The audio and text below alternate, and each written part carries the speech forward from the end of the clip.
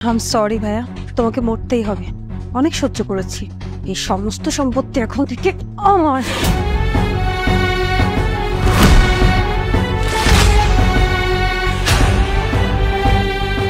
এই কাজ হয়েছে?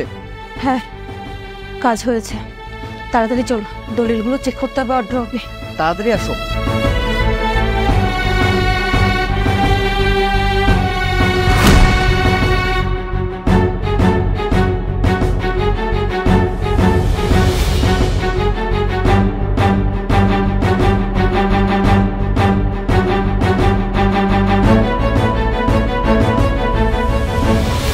ওরেও শান্তি দিয়ে গেল না। কোথায় যে রাখছে টাকাগুলো আমি কিচ্ছু বুঝতে পারতেছি না, কই রাখছে।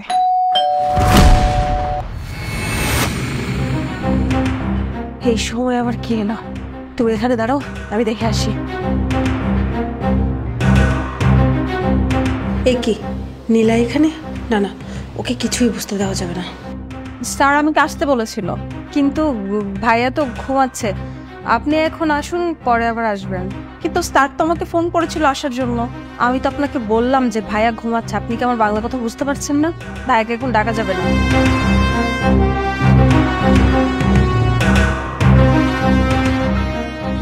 আজকে অনেক বড় বাচ্চা বেঁচে গেল। কি ব্যাপার, কিছু পেলে? আরে না, সামান্য এই কথা টাকা ছিল তো আর কিছুই পেলাম না। কোথায় যে রাখছে দলিলগুলো কিচ্ছুই বুঝতে পারতেছি না। আচ্ছা শোনো, আমার মনে হয় দলিলগুলো অফিসে রাখা আছে। আমরা এক্ষুনি অফিসে যাব, দলিলগুলো নিব এবং আমাদের নামে দলিলগুলো তাড়াতাড়ি তুলতে হবে। তাড়াতাড়ি যাও না। কি ব্যাপার, এখন আবার কে ফোন দিল? না না, এটা এখান থেকে নিয়ে যেতে হবে, কোনো কিছু রেখে যাওয়া যাবে না।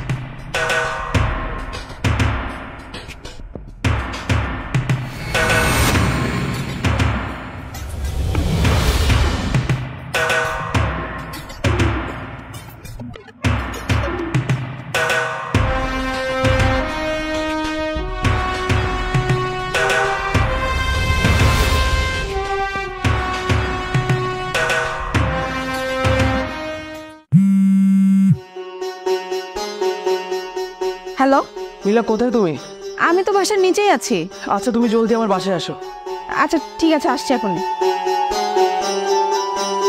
জলদি চলো, আজকের মধ্যে সমস্ত সম্পত্তির দলিল তুলতে হবে, যে করেই হোক। হ্যাঁ চলো চলো। এই দাঁড়াও এক মিনিট, আমরা যা যা করেছি ভাইয়া তো সবকিছু ভিডিও করে রেখেছে।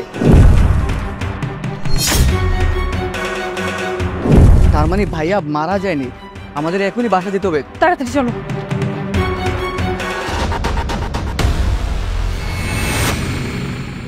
ভাইয়া তুমি বেঁচে আছো? কেন বোন, আমি বেঁচে আছি সেটা দেখার পর তোদের দুজনের অনেক কষ্ট হচ্ছে, তাই না? না ভাইয়া, আসলে ভাইয়া আমার দ্বারা ভুল হয়ে গেছে। আমি ভুলে এই কাজটা করে ফেলেছি। তুমি তো আমার সৎ ভাই ছিলে, আমি তোমার সৎ বোন।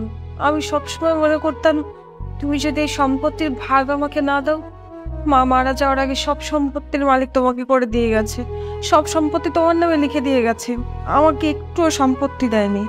এখন তুমি আমাকে বিয়ে দিয়েছো, বিয়ে দেওয়ার পরেও তুমি আমাকে কোনো সম্পত্তি দাওনি। আমি আর কি মনে করবো বলো? আর তাছাড়াও আমার আশেপাশে আমার যত ফ্রেন্ড সার্কেল আছে সবাই বলাবলি করে, দেখিস একদিন তোর ভাই তোকে বাসা থেকে বের করে দিবে, কোনো সম্পত্তি কিচ্ছু দেবে না, কারণ ও তো তোর সৎ ভাই। আশেপাশের এসব কথা শুনে আমার নিয়ত খারাপ হয়ে গিয়েছিল ভাইয়া, আর এই জন্য আমি এই কাজটা করে ফেলেছি। বাহ বোন বাহ, কত সুন্দর একটা কথা তুই আমাকে শোনালি। আমি কখনো আমার জীবনে তোকে একটা বারের জন্য সৎ বোন ভাবিনি, বিশ্বাস কর।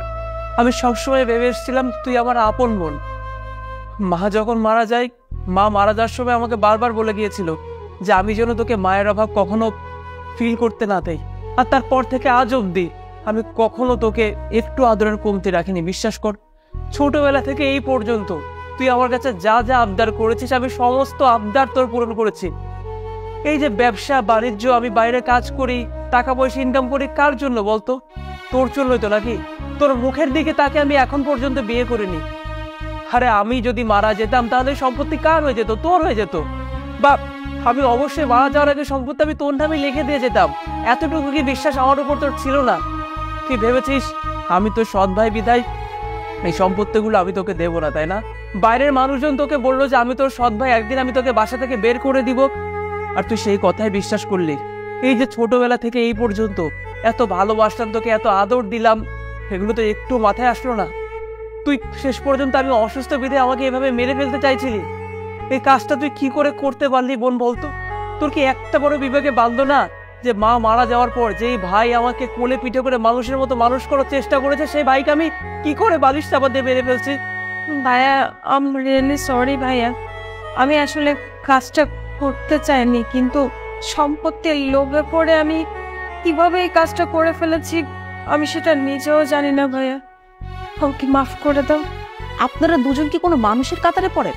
আপনার এই ভাই কত কষ্ট করে আপনাকে মানুষ করেছে বলুন তো? আমি তো শুধু গল্প শুনেছি, আর এই গল্প শুনেই আমার এত খারাপ লাগছে। আর আপনার এই ভাই আপনাদের কোনো সম্পত্তি কিন্তু সে নষ্ট করেনি, সে নিজে ইনকাম করে সেই সম্পত্তি সে নষ্ট করেছে, বা সেই টাকাই সে খরচ করেছে। সে কখনো আপনার মায়ের সম্পত্তির টাকা খরচ করেনি, কারণ সে সবসময় বলতো এই সম্পত্তি সমস্ত আপনাদের নামে করে দিবে। আপনারা শুধু একবার মুখ ফুটে বলতেন যে সম্পত্তি আপনাদের নামে করে দিতে, সে 1 মিনিটের জন্য চিন্তা করতো না, আপনাদের নামে লিখে দিত। আর আপনারা কি না এরকম ফেরেস্তার মতো ভাইকে মেরে ফেলতে যাচ্ছিলেন? আসলে ভাইয়া আপনাকে নিয়ে আপনার বোনের যে চিন্তা ভাবনা ছিল আমারও ঠিক একই চিন্তা ভাবনা ছিল। আমরা আসলে সম্পত্তির লোভে পড়ে অন্ধ হয়ে গিয়েছিলাম। আমরা জানি আমরা অনেক বড় অন্যায় কাজ করেছি, আমাদেরকে এবারের মতো ক্ষমা করে দেন ভাইয়া, প্লিজ ভাইয়া। থাক, তোমরা আমার কাছে আর ক্ষমা চেও না, বিশ্বাস করবো।